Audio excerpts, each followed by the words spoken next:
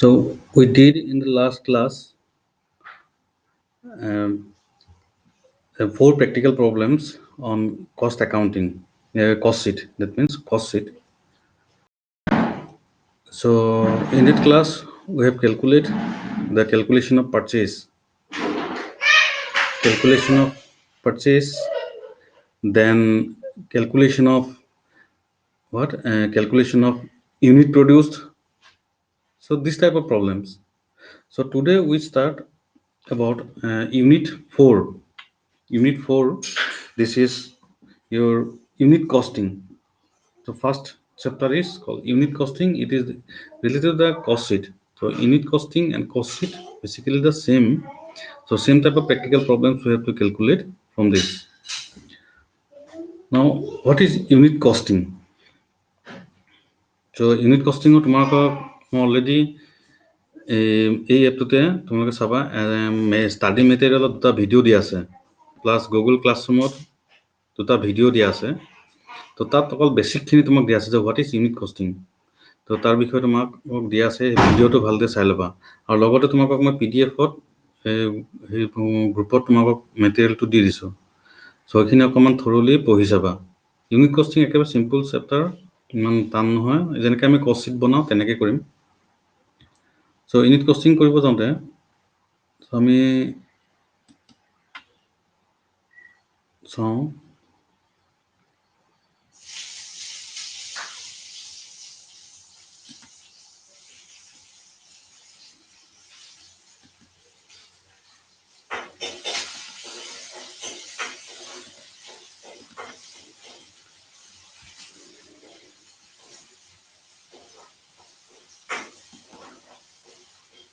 দেখিছা না স্ক্ৰীনখন দেখা পাইছে না চবে So unit costing just wait.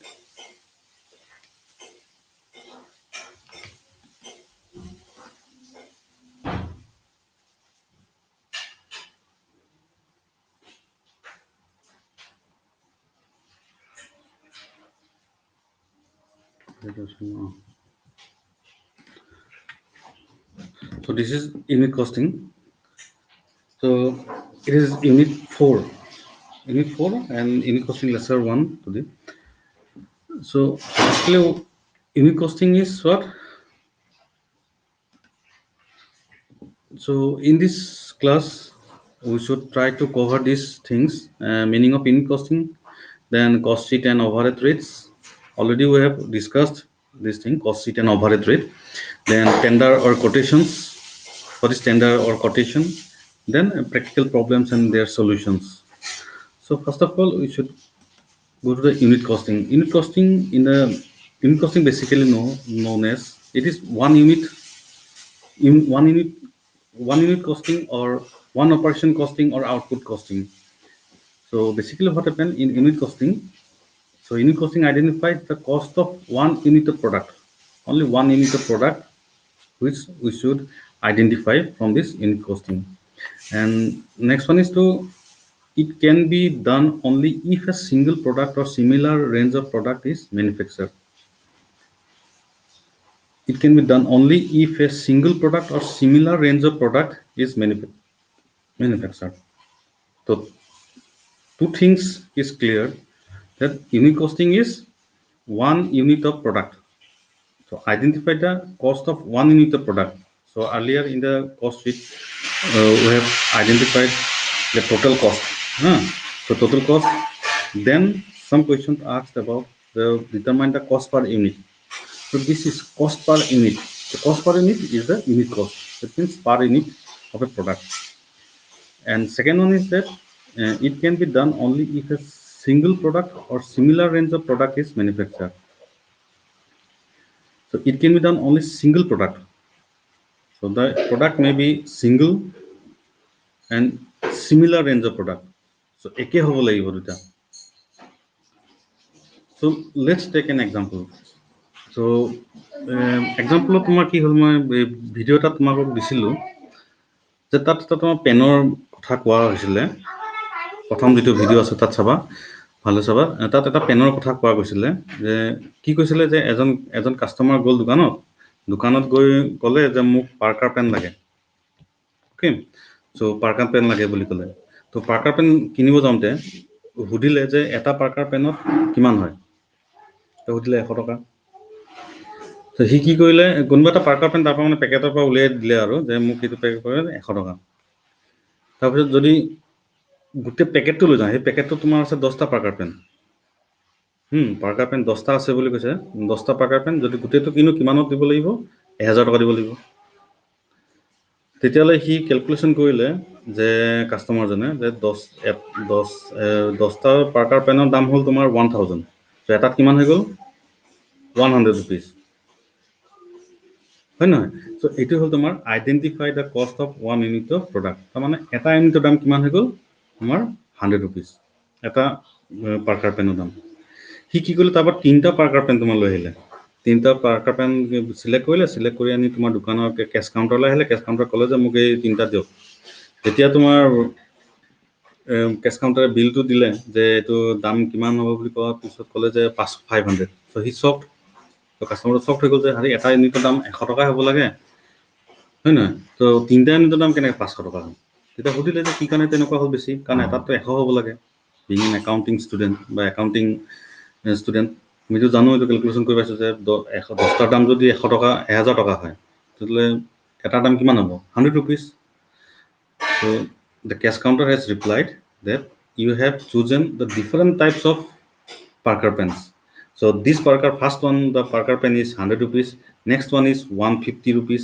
and third one you have picked this one is 250 so total is 500 rupees so different types of Parker pens so he has selected that's why the price is rupees 500 rupees so that means that from this example আমি এইটো calculation কৰি আমি এইটো determine হলো যে আমি একেটা ৰেঞ্জৰ প্ৰডাক্ট আমি সিলেক্ট কৰা নাছিলো সেইটো কাৰণে কি হ'ল প্ৰত্যেকটো দামবোৰ বেলেগ বেলেগ হৈ গ'ল সো ইয়াত আমাৰ এই এজাম্পশনটো ভুল হ'ল সো সেইটো কাৰণে কি কৰিব লাগিব যে আমাৰ প্ৰত্যেকটো প্ৰডাক্ট একেটা ৰেঞ্জৰ হ'ব লাগিব সিঙ্গল প্ৰডাক্ট হ'ব লাগিব হয় 100 rupeesৰ হ'ব লাগিব নহলে 150 rupeesৰ হ'ব লাগিব বা 250 rupees অকল এটা ৰেঞ্জৰ হ'ব লাগিব সিমিলাৰ ৰেঞ্জৰ প্ৰডাক্ট কাৰণ 100টা ৰেঞ্জৰ 100 টকীয়া পেন হ'ব লাগিব তেতিয়া আমি আইডেন্টিফাই কৰিব পাৰিম সো ইউনিট কস্টিংটো সেইটো কাৰণে সিম্পল বুলি কয় যে তাত অকল এটা ইউনিটৰ দাম ওলোৱা যায় আৰু কি হ'ব লাগিব গোটেইখিনি একেটা প্ৰডাক্টে হ'ব লাগিব বা একেটা ৰেঞ্জৰে প্ৰডাক্ট হ'ব লাগিব বেলেগ বেলেগ তোমাৰ হ'ব নোৱাৰে তাত so it is call unit costing so আমি যেনেকৈ কষ্ট শীট কৰোঁ তেনেকৈ কষ্ট শীট কৰি আমি উলিয়াম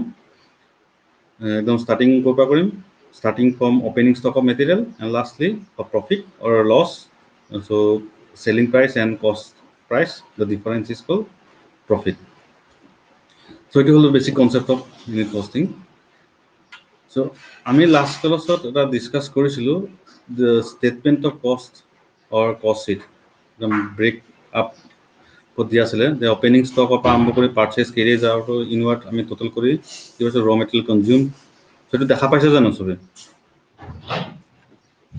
দেখা পোৱা নাই ৰবা এইটো স্যাৰ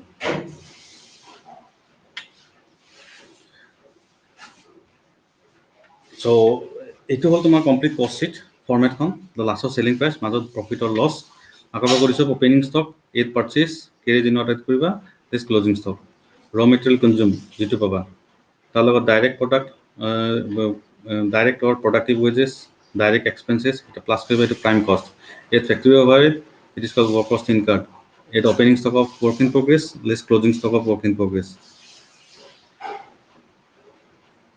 অ'কে সো এইটো ক'ব তোমাৰ ৱৰ্কৰ factory cost next administrative overhead কৰিবা this is called cost of production এই কষ্ট অফ প্ৰডাকশ্যনে আমাৰ বেছ হ'ব এইটো মই ৰাখিবা ইয়াতে আমাৰ এইটো বস্তু আমাৰ ইউজ হ'ব cost of production per unit আমি ওলাব লাগিব ওপেনিং ফিনিছ ষ্টক এড কৰি ক্লোজিংটো মাইনাছ কৰি দিবা এইটো হ'ব cost of good sold add selling and distribution overhead this is called total cost or cost of sales মাজত প্ৰফিট বা লছ লাষ্টত চেলিং প্ৰাইচ চ' এইখিনি লাগিব এইটোৰ লগত আমাক এই বস্তুকেইটা লাগিব যে unit produce sales plus closing stock minus opening stock সেই ফৰ্মতো আকৌ লাগিব overhead rate so three types of overhead factory overhead always calculate on direct labor factory overhead divided by direct labor into 100 administrative overhead on work cost so administrative overhead divided by work cost into 100 and last selling and distribution overhead divided by work cost into 100 So সেই ফৰ্মুলাকেইটা তোমালোকে মনত ৰাখিব লাগিব।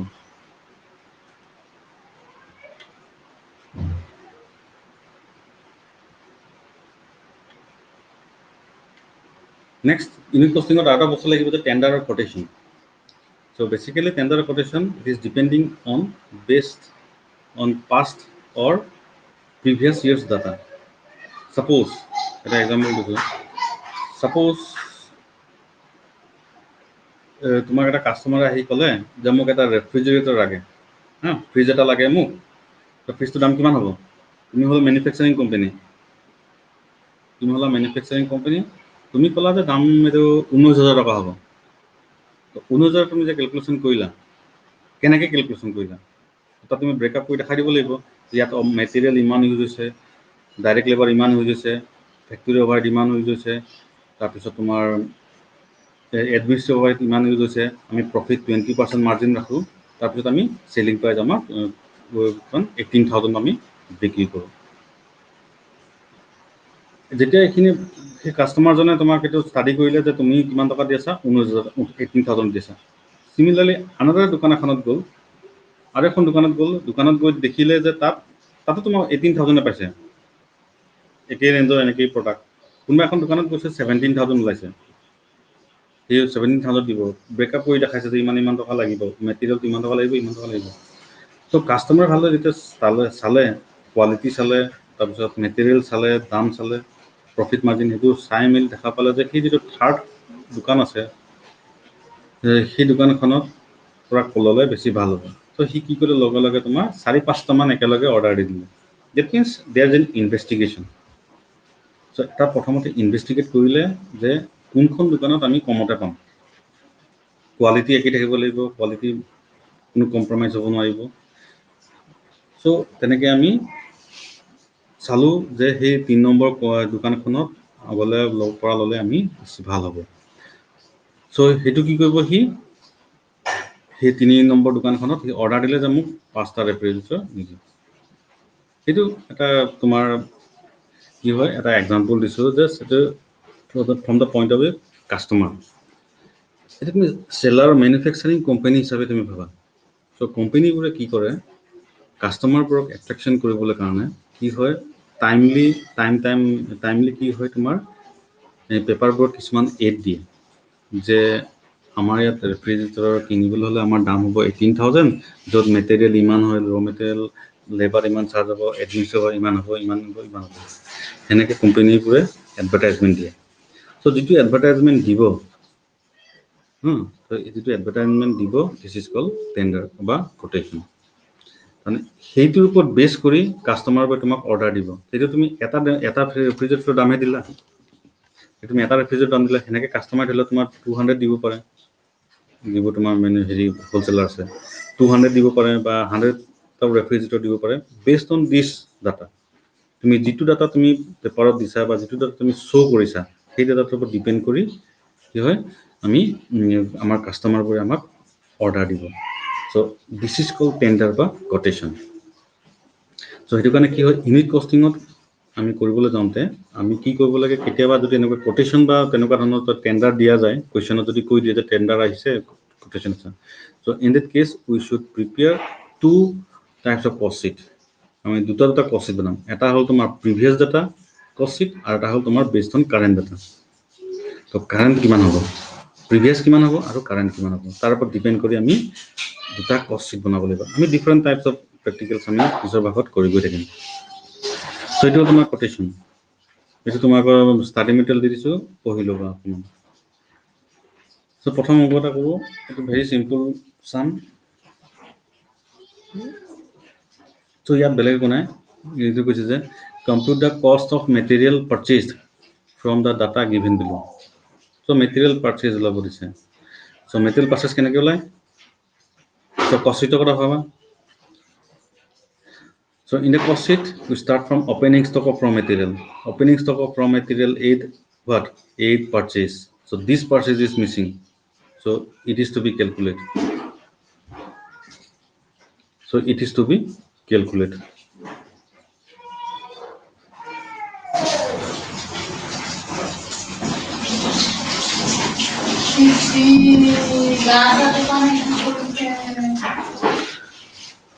So opening stock of material add purchases তাৰপিছত তোমাৰ carries on purchases বা expenses on purchase দিয়া আছে expenses on purchase add কৰিব লাগিব হ'ব less closing stock of raw material it is called material consumed তাৰপিছত কি আহিব add direct expenses বা direct wages so এটো কি ক'ব prime cost so এই কোৱেশ্চনটোত কি দি আছে prime cost দি আছে so এনেকুৱা এটা কোৱেশ্চন আমি লাষ্ট ক্লাছত working হিচাপে কৰিছিলো so calculation of purchase back calculation কৰি so similarly এটা আমি back calculation কৰি কৰিম so আমাক কি দি আছে prime cost দি আছে গতিকে আমি prime cost ৰ পৰা start কৰিম just opposite আগতে cost sheet যেটো তুমি প্লাস কৰিছিলা প্লাস আইটেম বোৰ মাইনাস হৈ যাব মাইনাস আইটেম বোৰ প্লাস হৈ যাব so গতিকে prime cost ৰ পৰা যদি আমি আৰম্ভ কৰো so prime cost তেনেকৈ কৰি পাৰা বা আমি বেলেগ ভাগেও কৰি পাও এই ডাইৰেক্ট ধৰলা calculation of purchases so prime cost এর উপর কি থাকে প্রাইম কস্ট এর উপর direct wages so prime cost এর উপর থাকে direct wages so direct wages তুমি মাইনাস করা ডাইরেক্ট ওয়েজেস মাইনাস করার লগে লগে যেটো হ'ব this is called material consume কারণ এক্সপেন্সেস পারচেজ তো দি আছে তো এক্সপেন্স পারচেজ তো পারচেজ লট এই হয় material consume So prime cost of direct wages তুমি মাইনাস করা মাইনাস করলে কি পাবা ম্যাটেরিয়াল কনজিউম এটা ম্যাটেরিয়াল কনজিউমের উপর কি থাকে closing stock of raw material so closing stock of raw material কি ছিল আগতে আমি মাইনাস কইছিল এটা কি বলবো প্লাস কি বলবো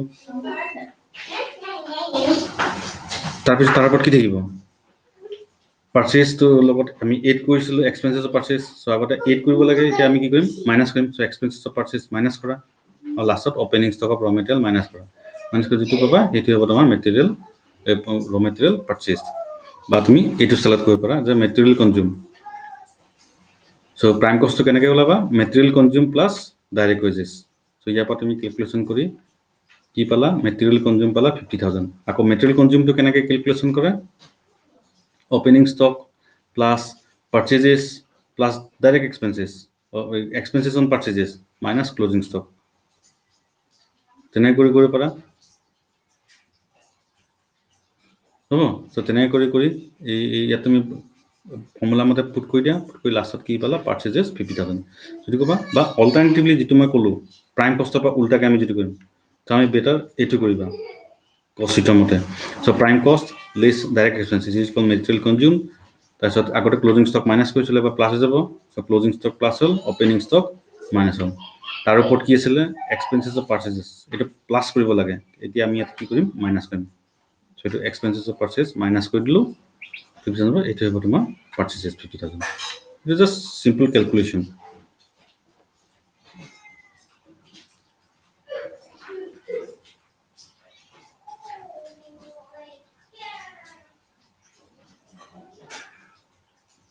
so question to about common side lo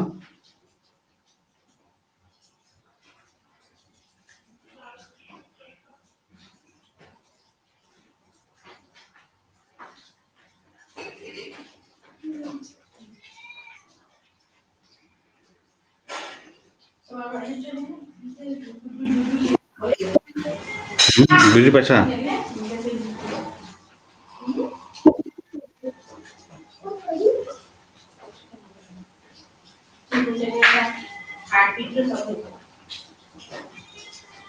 ঠিক আছে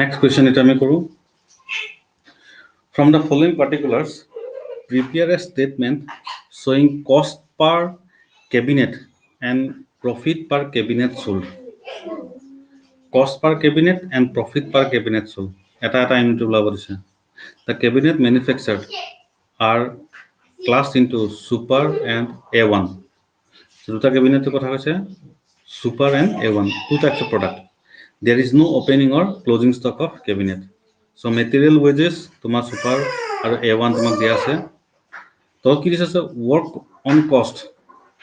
That means work cost to be 100% on wages. So work cost to 100% of wages of and office on cost, on office overhead 25% on work cost. It is a question to problem 9. 500 super cabinet were sold during the year at 200 kb per cabinet. So super cabinet, it first it was super cabinet kimanot sell koise 500 200 rupees ke sell koise, whereas price of A1 A1 cabinet was sold at how much 180. Then total 500 আমি cabinet sell koisu tam kiman ke 200 আৰু A1 to kiman ke koisu 180 ke koisu. It was selling price per in গতিকে আমি per unit তুলাই ল'ব লাগিব প্ৰথমত and the number of A1 cabinet sold was 600. তাৰমানে এইটো 500 sell কৰিছে cabinet super cabinet আৰু A1 cabinet sell কৰিছে 600. So প্ৰথমতে এই 500 আৰু 600 আমি total amount ওলাই লওঁ ইয়াতে যেটো তোমাৰ দিয়া আছে amount yet this is not per unit, it is about this for 500 units and 600 units. এটা তোমাৰ per unit বুলি কোৱা নাই তুমি ৰাখিবা. What is the total profit for the year? So total profit কিমান হয়? So ইয়াত তোমাৰ এটা question দিয়া আছে. So এটা cost per unit level হলে আমাক কি লাগিব? আমি cost sheet বনাব লাগিব কাৰণ আমি profit বা cost তেনেকুৱা যদি calculation কৰো cost accounting ত আমাৰ এটাই তোমাৰ অস্ত্ৰ এটো হল তোমাৰ কি cost sheet বা statement of cost. So cost sheet আমি বনাম. So ইয়াত তোমাৰ opening stock closing stock একো নাই গতিকে তুমি ডাইৰেক্ট কৰা simple কৰা. So material পৰা start কৰা material is wages এটো কি বুলি কয় prime cost. So prime cost ৰ লগত কি দেব factory overhead বা work cost এটো 100% of wages বুলি কৈছে wages ৰ পৰা 100% লৈ লবা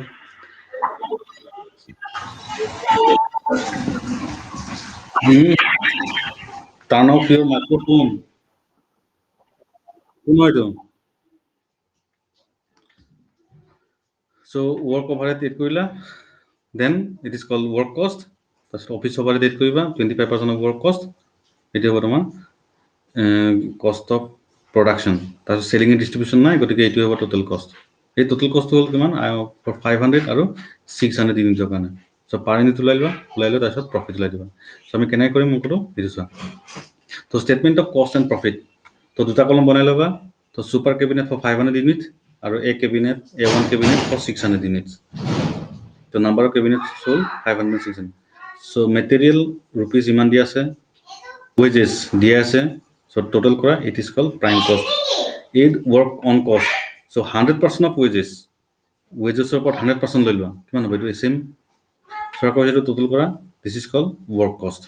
আৰু next আহিব তোমাৰ office on cost 25% on work cost এই যেটো তোমাৰ work cost দি আছে তাৰ ওপৰত 25% কে লোৱা so এটো হ'ব তোমাৰ যেটো selling and distribution overhead নাই এটো হৈ যাব তোমাৰ total cost এটো হ'ব total cost 71850 আৰু এটো this is for 500 and 600 units এটা per unit লোৱা তুমি so cost per cabinet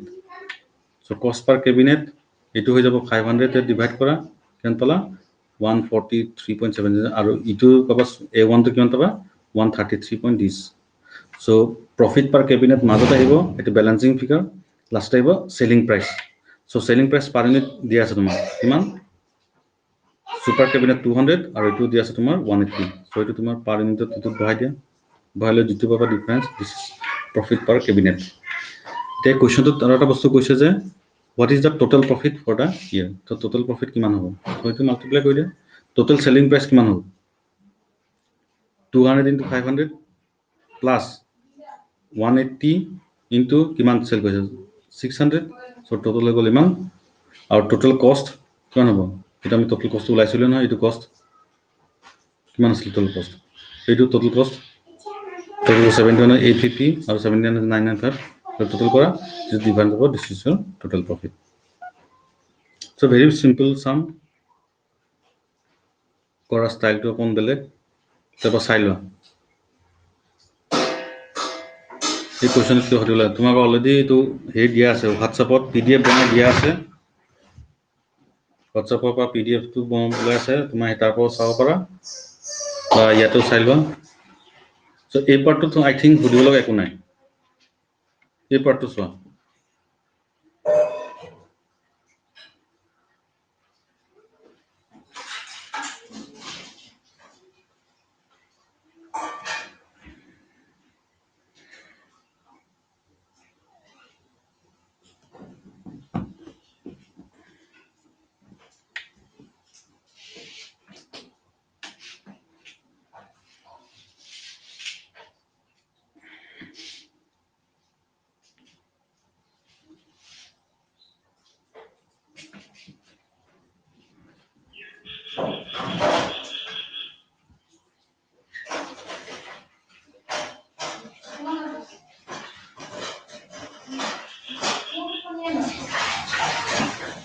হা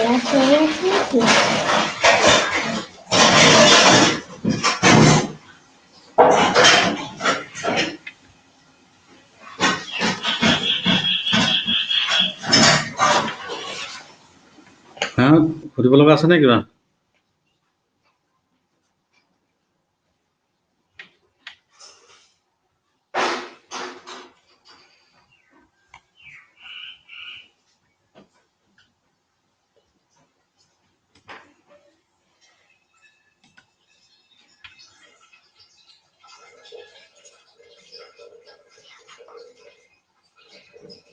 আই থিংক বুজি পাইছা চাগে ন আমি নেক্সট অংকটা কৰোঁ এইটোৱে লাষ্ট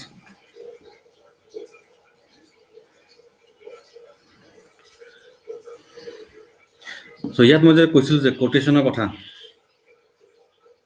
কোনটো আছিলে কোটেশ্যন এইটো টেণ্ডাৰ বা কোটেশ্যন চ' টেণ্ডাৰ বা কোটেশ্যনত আমি কি কৰিব লাগে যে বেছড অন পাষ্ট ডাটা আমি পুৰণা কিছুমান ডাটা দিয়া থাকিব সেই ডাটাটোৰ ওপৰত ডিপেণ্ড কৰি আমি কাৰেণ্ট আমি এটা প্ৰাইচ ডিটাৰমাইন কৰিব লাগিব কয় কোটেশ্যন প্ৰাইচ বা টেণ্ডাৰ প্ৰাইচ আমি কিমান টকাত চেল কৰিম বা কিমান টকাত আমি বস্তুটো ৰাখিম বনাম it is call quotation price বা টেণ্ডাৰ প্ৰাইচ তাৰমানে দুটা এটা কষ্ট আহে এটা হ'ল প্ৰিভিয়াছ ডাটা আৰু এটা হ'ল তোমাৰ কাৰেণ্ট কিমান তোমাক ইউনিট বনাব দিছে চ' তেনেকুৱা অংক এটা আমি কৰোঁ এইটো হ'ল ইলাষ্ট্ৰেশ্যন নম্বৰ 1 কিতাপৰ ইলাষ্ট্ৰেশ্যনত দিয়া আছিলে এইটো চ' ইলাষ্ট্ৰেশ্যন 1 কি দিছে চোৱা the accounts of present company limited show' for 2007 material 3,50,000 labour 2,70,000 then factory overhead 81,000 administrative overhead 56,080 the price should the company quote for a refrigerator what price should the company quote for a refrigerator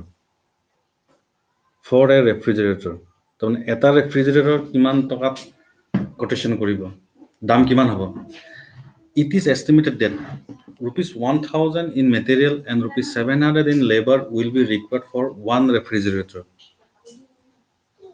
so এটা ৰেফ্ৰিজাৰেটৰত কিমান লাগিব material 1,000 material and 700 labor will be required for one refrigerator absorb factory overhead on the basis of labor and administrative overhead on the basis of work cost so here it is directly mentioned that factory overhead is calculated on labor and administrative overhead on work cost directly কুৱেশ্যনত কৈ দিছে কাৰণে আমি এইটো প্ৰথম যদি নকয় তেতিয়া এইটো সদায় মনত ৰাখিবা the factory overhead is based on direct labor and administrative or other expenses other overhead are based on work cost so in this particular problem material and labor it is common the overhead are given is factory overhead and administrative overhead that means two type of overhead is given so the percentage that means absorption rate is also for factory overhead and administrative overhead it should be calculated so how so first of all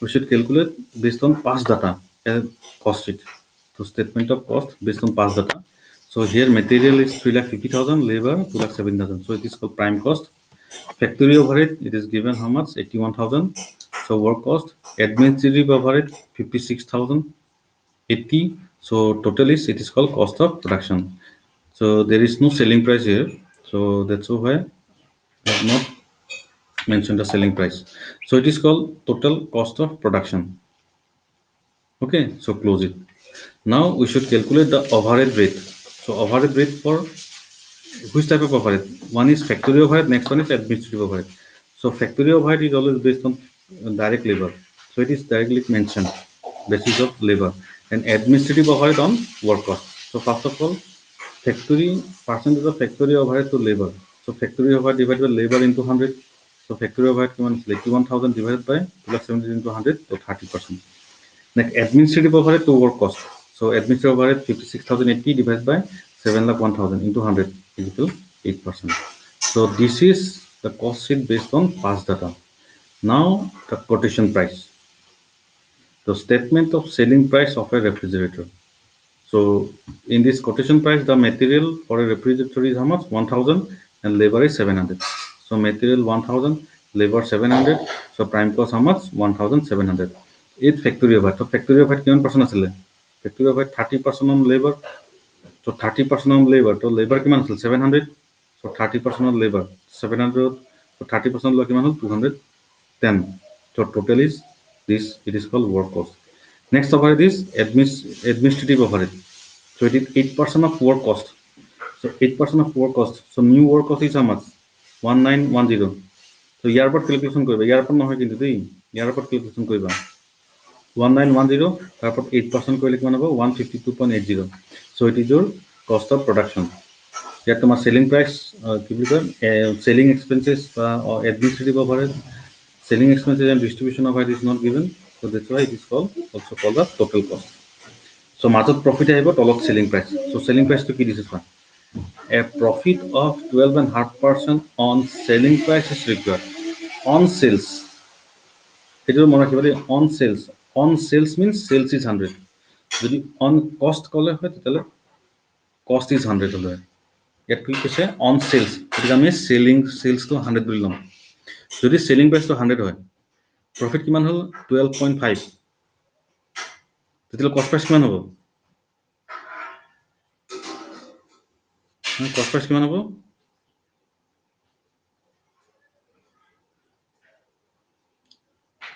cost price যদি profit 12.5 হয় on sales মানে sales তো আমি 100 ল'ব লাগিব, তেতিয়ালে cost price কিমান হ'ব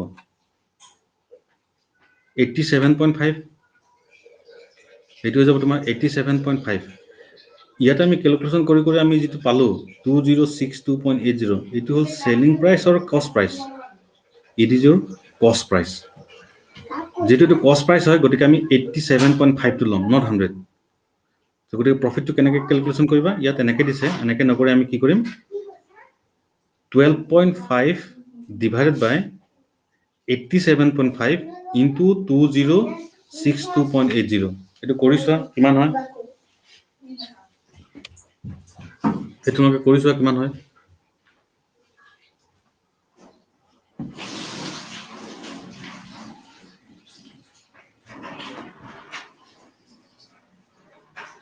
এটো ওলাই নে নোলাই চাই লোৱা।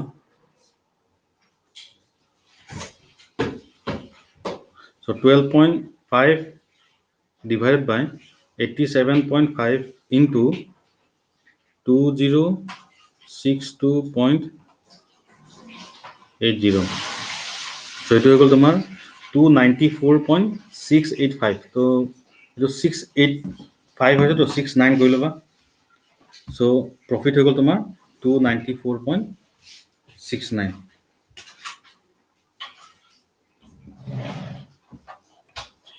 so লাষ্টত গব এটো সেলিং প্রাইস, তার মানে আমি কিমান টাকাত সেল কৰিব লাগিব, কোটেশন প্রাইস কিমান হ'ব,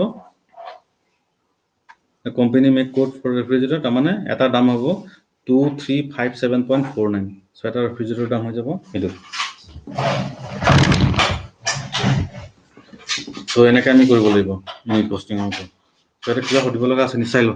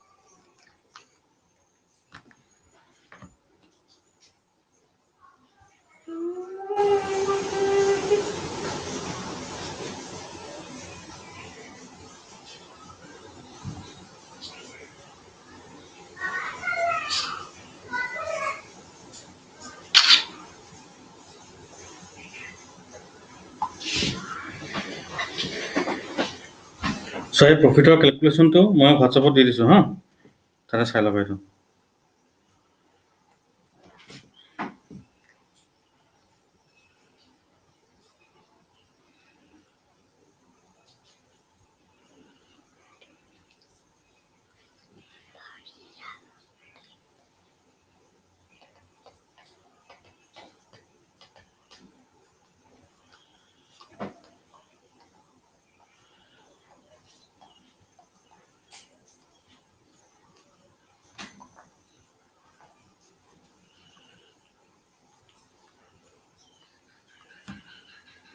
অনুজ্যোতি শইকীয়া আছা নাই?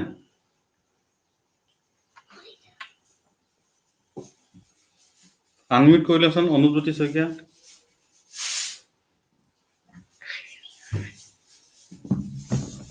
অনুজ্যোতি শইকীয়া আজিলৈ ইমানতে শেষ কৰিলোঁ। অনুজ্যোতি শইকীয়া